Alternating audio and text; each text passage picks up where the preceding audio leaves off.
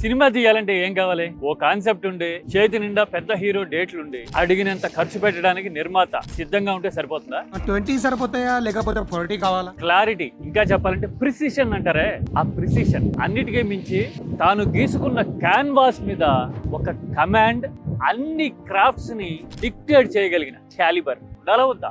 అవి లేకపోతే ఏమవుతుంది?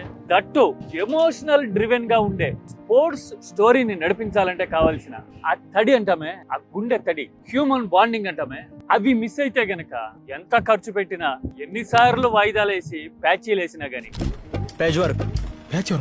ఎలాంటి రిజల్ట్ వస్తుంది అంటానికి కొత్తగా ఇప్పుడు నిదర్శనాలు వెతుక్కోకర్లేదుగా. ఇలాంటి పరిస్థితి ఎందుకు వచ్చింది? ఇదేమీ సినిమా రివ్యూ కాదు, నెగిటివ్ ఆలోచన అంతకంటే కాదు. అసలు ఫ్లాస్ ఎక్కడ ఉన్నాయి, తేడా ఎక్కడ కొట్టింది అని తరచి చూసే ప్రయత్నం. నేను ఇంతకు ముందు కూడా చెప్పా, స్పోర్ట్స్ కథాంశంతో వచ్చే ఏ సినిమా అయినా సరే కేవలం సినిమా కాదు, అది లైఫ్.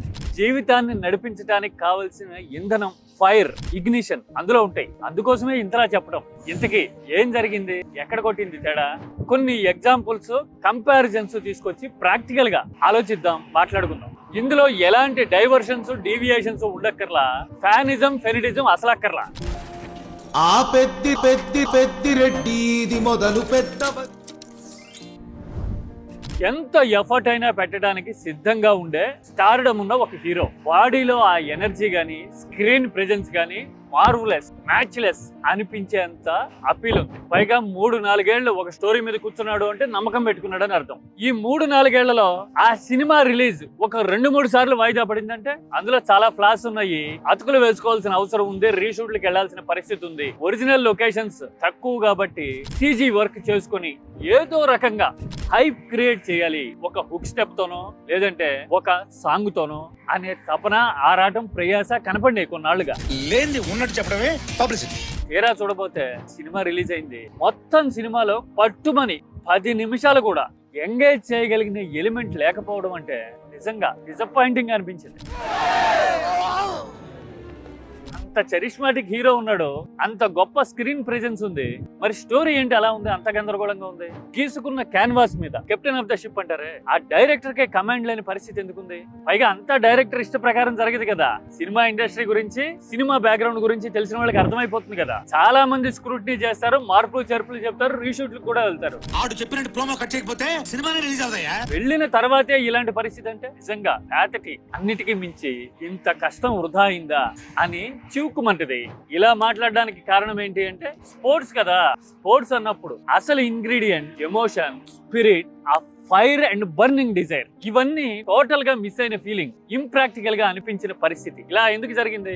ముందు రీసెంట్ ఎగ్జాంపుల్స్ చూద్దాం. ఇవాళ రేపట్లో స్పోర్ట్స్ డ్రామా అంటే రీసెంట్ టైమ్స్ లో మనకు కనిపించేది చిన్న సినిమా అయినా గానీ బ్రహ్మాండంగా మన గుండెని పట్టి కుదిపేసినంత ఇంపాక్ట్ చూపించిన సినిమా జెర్సీ కదా. ఓ తండ్రి, ఓ కొడుకు, హార్ట్ ఎలిమెంట్ ఉంటుంది తండ్రికి. కొడుకు కోసం ఆడతాడు, ప్రాణాలు కూడా పణంగా పెడతాడు కదా. ఓడాడా గెలిచాడా అనే దానికంటే హీరో అనిపించాడు. నువ్వు ఆడితే చాలా బాగుంటుంది, హీరోలా అనిపిస్తావు. ఎందుకని అంటే స్పోర్ట్స్ డ్రామా. అంత ఎమోషన్ కలవడానికి కారణం ఏంటి? ఒక సీన్ చెప్తా. జెర్సీలో ఇంటి పైకప్పు కారుతూ ఉండే ఒక సీన్ ఉంటుంది, కింద గిన్నెలు పెట్టుకుంటాడు హీరో. అది చూసి మనలో చాలా మంది చలించిపోయి ఉంటాం. ఎందుకని? చాలా మంది అదే బ్యాక్గ్రౌండ్ నుంచి వచ్చి ఉంటాం. నాకు పర్సనల్ గా కూడా అనుభవం. చిన్నప్పుడు వర్షం కురుస్తుంటే ఇంట్లో మీద పడ్డాం. అలాంటి భావావేశం కలిగింది ఆ సినిమా చూస్తే. ఇది మన జీవితమే అనిపించి ఖర్చుకుని, కౌగిలించుకుని, వాటేసుకున్నట్టుగా అలా హక్కును చేర్చుకుంది ఒక సగటు ప్రేక్షకుడు హృదయం జెర్సీని. జెర్సీతో పోలిస్తే అందులో 10వ వంతైన ఆ ఎమోషన్ రిప్లికేట్ చేయగలిగామా? ఇప్పుడు లేదు. అంతెందుకు అన్నిసార్లు ఎమోషన్ ఎక్కర్లా, ప్రాక్టికల్ గా సామాజిక నేపథ్యాన్ని, కుల అణిచివేతల్ని, వర్గ వర్ణ విభేదాలని బ్రహ్మాండంగా చూపించిన స్పోర్ట్స్ డ్రామా ఈ మధ్యన వచ్చిన మరోటి బైసన్. సెల్వరాజ్ ఎర్లీ 90s లో ఒక సగటు ఇండియన్ పల్లె ఎలా ఉండేది, కుల వివక్ష ఏ స్థాయిలో ఉండేది అనే విషయాన్ని చూపించిన తీరు కట్టి పడేసింది కదా. ధ్రువ్ విక్రమ్ ను చూస్తే వా, విక్రమ్ కొడుకు విక్రమ్ ను మించినట్టున్నాడు అనిపించాడు కదా. కారణం ఏంటి? Again emotion. డైరెక్టర్ కున్న ఆ ప్రిసిషన్, క్లారిటీ, గ్రిప్. శిఖరాన్ని అందుకోవాలి, అప్పుడే మనందరికీ ఇక్కడ గౌరవం ఉంటుంది. హీరోలు ఎఫర్ట్స్ పెడితే ఇలాంటి రిజల్ట్స్ వచ్చినాయి. డైరెక్టర్ క్లారిటీ ఉంటే ఇలాంటి సినిమాలు మనం చూసాం కదా. మరి హీరో పెద్దగా ఎఫర్ట్స్ పెట్టకపోయినా గానీ స్పోర్ట్స్ డ్రామాని హిట్ చేసిన చరిత్ర ఒక 10 ఏళ్ల కిందట ఉంది. సల్మాన్ ఖాన్ సుల్తాన్. సల్మాన్ ఏమన్నా క్యారెక్టర్ లోకి దూరతాడా? ఆయన స్టైల్లో ఆయన కాళ్ళు కూడా ఉంచకుండా నటించుకుంటా పోతా ఉంటాడు సహజంగా. అది కూడా రెజ్లింగ్ బ్యాక్గ్రౌండ్ తో వచ్చిన సినిమానే, కానీ ఎమోషన్ బ్రహ్మాండంగా ఉంటుంది. అప్పట్లోనే 500 కోట్లు 600 కోట్లు వసూలు చేసింది సుల్తాన్. అలీ జాఫర్ డైరెక్టర్. ఎందుకని ఆ ట్రాన్సిషన్ ని బ్రహ్మాండంగా చూపించాడు. అందులో కూడా సంప్రదాయ రెజ్లింగ్ కి WWF ఫైటింగ్ కి ఆ ఫ్యూజన్ క్రియేట్ చేశాడు. క్రాస్ ఓవర్ అంటారే అది. మనం ఇక్కడ 2 ఆటల మధ్య క్రాస్ ఓవర్ అని చెప్పాము, ఎక్కడెక్కడి నుంచో తీసుకెళ్ళాము స్టోరీస్ ని. తీరా చూస్తే ఏ సీను మరో సీన్ కి అతుకుతున్నట్లేదు. మీకు మీరే మాకు మేమే అన్నట్టుగా ఒక సీన్ ఇటు చూస్తే ఇంకో సీన్ ఇటు చూసినట్టుగా ఉంది. అన్నిటికీ మించి హీరోయిన్ క్యారెక్టరైజేషన్ అయితే ఒంటి మీద ఓణి బరువు అన్నట్టుగా ఆ క్యారెక్టర్ డిజైన్ చేయడం అనేది చాలా బాధ అనిపించింది. హీరోయిన్ అంటే కేవలం గ్లామర్ కోసం, స్కిన్ షో కోసం అనే థింకింగ్ ఉంది చూసారా.